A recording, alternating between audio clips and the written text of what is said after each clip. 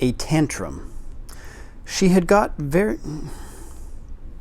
One sentence in and I'm just already like off on a bad foot. A tantrum.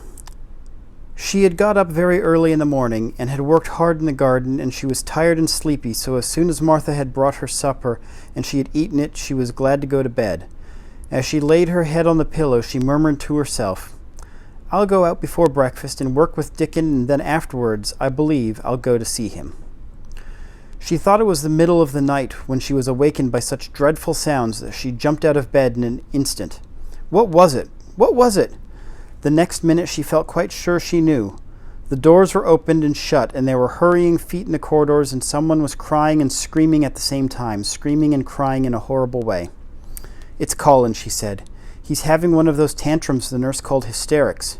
How awful it sounds." So she listened to the sobbing screams. She did not wonder what people were so frightened at.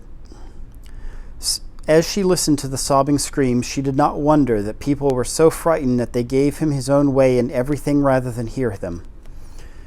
She put her hands over her ears and felt sick and shivering. "I don't know what to do. I don't know what to do," she kept saying. "I can't bear it." Once she wondered if he would stop if she dared go to him, and then she remembered how he had driven her out of the room and thought that perhaps the sight of her might make him worse. Even when she pressed her hands more tightly over her ears, she could not keep the awful sounds out. She hated them so and was so terrified by them that suddenly they began to make her angry, and she felt as if she would like to fly into a tantrum herself and frighten him as he was frightening her. She was not used to anyone's temper but her own, and she took her hands from her ears and sprang up and stamped her foot. "He ought to be stopped. Somebody ought to make him stop. Somebody ought to beat him," she cried out. Just then she heard feet almost running down the corridor, and her door opened and the nurse came in. She was not laughing now by any means. She even looked rather pale. "He's worked himself into hysterics," she said in a great hurry. "He'll do himself harm. No one can do anything with him. You come and try, like a good child. He likes you." "He turned me out of the room this morning," said Mary, stamping her foot with excitement. The stamp rather pleased the nurse. The truth was that she had been afraid she might find Mary crying and hiding her head under the bedcloths. "That's right," she said. "You're in the right humor. You go and scold him. Give him something new to think of. Do go, child, as quick as ever you can." I kind of like the adults just like turning these terrible children against each other, weaponizing them. It was not until afterward that Mary realized that the thing had been funny as well as dreadful, that it was funny that all the grown-up people were so frightened that they came to a little girl just because they guessed she was almost as bad as Colin himself. She flew along the corridor, and nearer she got to the screams, the higher her temper mounted. She felt quite wicked by the time she reached the door. She slapped it open with her hand and ran across the room to the four-posted bed. "You stop," she almost shouted. "You stop. I hate you. Everybody hates you. I wish everybody would run out of the house and let you scream yourself to death. You will scream yourself to death in a minute, and I wish you would." A nice, sympathetic child could neither have thought nor said such things, but it was just happened that the shock of hearing them was the best possible thing for this hysterical boy whom no one had ever dared to restrain or contradict. He had been lying on his face, beating his pillow with his hands, and he actually almost jumped around. He turned so quickly at the sound of the furious little voice. His face looked dreadful white and red and swollen, and he was gasping and choking, but savage little Mary did not care an atom.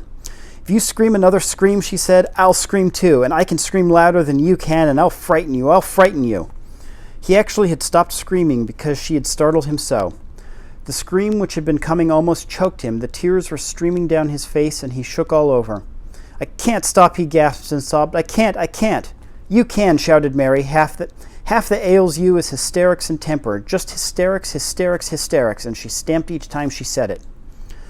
"I felt the lump, I felt it," choked out Colin. "I knew I should. I shall have a hunch on my back, and then I shall die." And he began to writhe again and turned on his face and sobbed and wailed, but he didn't scream.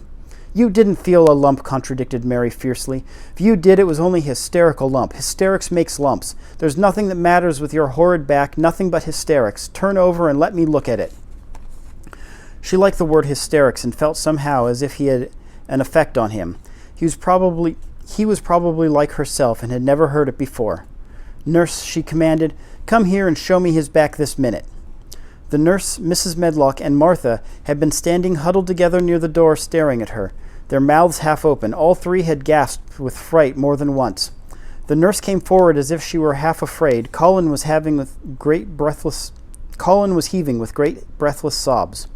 "Perhaps he won't let me," she hesitated in a low voice. Colin heard her, however, and he gasped out between two sobs, Show her. She'll see then." It was a poor thin back to look at when it was bared.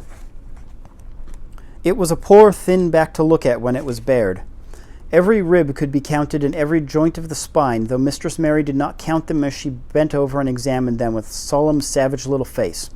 She looked so sour and old-fashioned that the nurse turned her head aside to hide the twitching of her mouth. There was just a minute's silence, for even Colin tried to hold his breath, while Mary looked up and down his spine and down and up as intently as if she had been the great doctor from London. "There's not a single lump there," she said at last. "There's not a lump as big as a pin, except backbone lumps, and you can only feel them because you're thin. I've got backbone lumps myself, and they used to stick out as much as yours do until I began to get fatter, and I'm not fat enough yet to hide them. There's not a lump as big as a pin. If you ever say there is again, I shall laugh." No one but Colin himself knew what effect those crossly spoken childish words had on him. If he had ever had anyone talk to him about his secret terrors, if he had ever dared to let himself ask questions, if he had had childish companions and had not lain on his back in the huge closed house, breathing an atmosphere heavy with fears of people who were most of them ignorant and tired of him, he would have found out that most of his fright and illness was created by himself. But he had lain and thought of himself and his aches and weariness for hours and days and months and years, and now that an angry, unsympathetic little girl insisted obstinately that he was not as ill as he thought he was, he actually felt as if she might be speaking the truth. "I didn't know," ventured the nurse, that he thought he had a lump on his spine. His back is weak because he won't try to sit up. I could have told him there was no lump there." Colin gulped and turned his face a little to look at her. "Could you?" he said sympathetically. "Yes, sir." "There," said Mary, and she gulped too.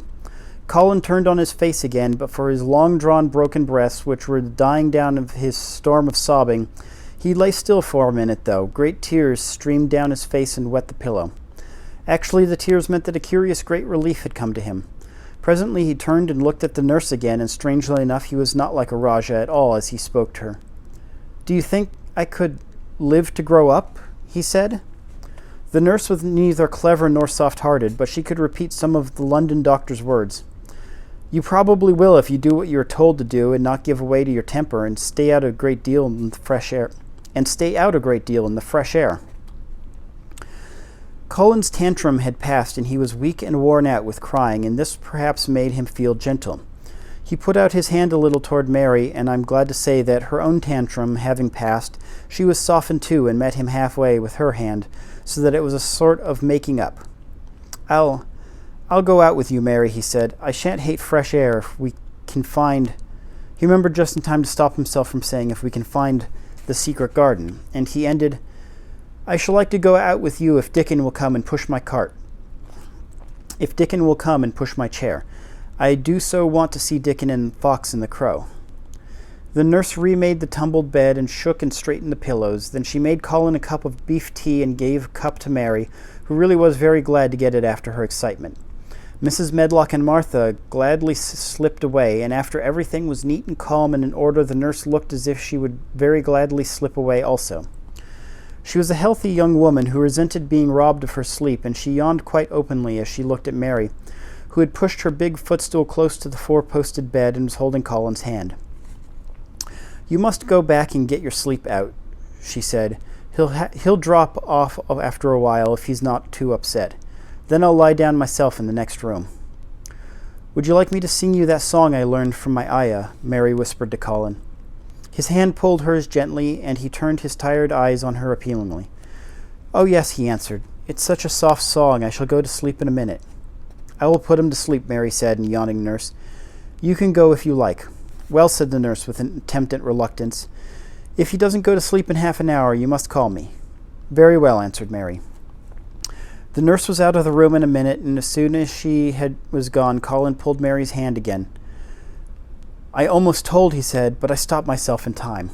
I won't talk and I'll go to sleep, but you said you had a whole lot of nice things to tell me. Do you think you have found out anything at all about the way into the secret garden? Mary looked at this poor little tired face and swollen eyes, and her heart relented. Yes, she answered, I think I have, and if you will go to sleep, I'll tell you tomorrow. His hand quite trembled. Oh, Mary, he said, oh, Mary, if I could get into it, I think I should live to grow up. Do you suppose that instead of singing the Aya song, you could just tell me softly as you did that first day what you imagine it looks like inside? I'm sure it'll make me go to sleep. Yes, answered Mary, shut your eyes.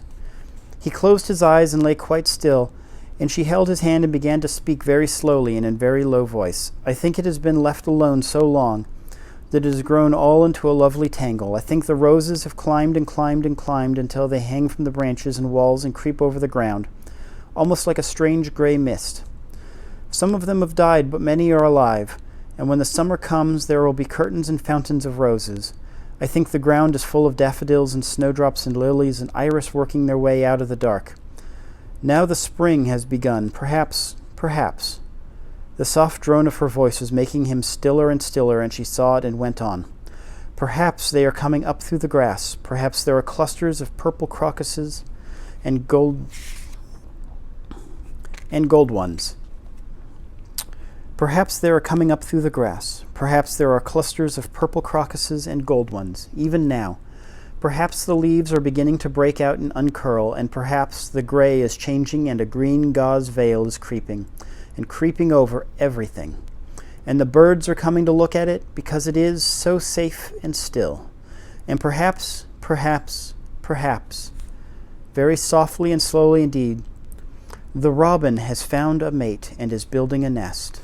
And Colin was asleep.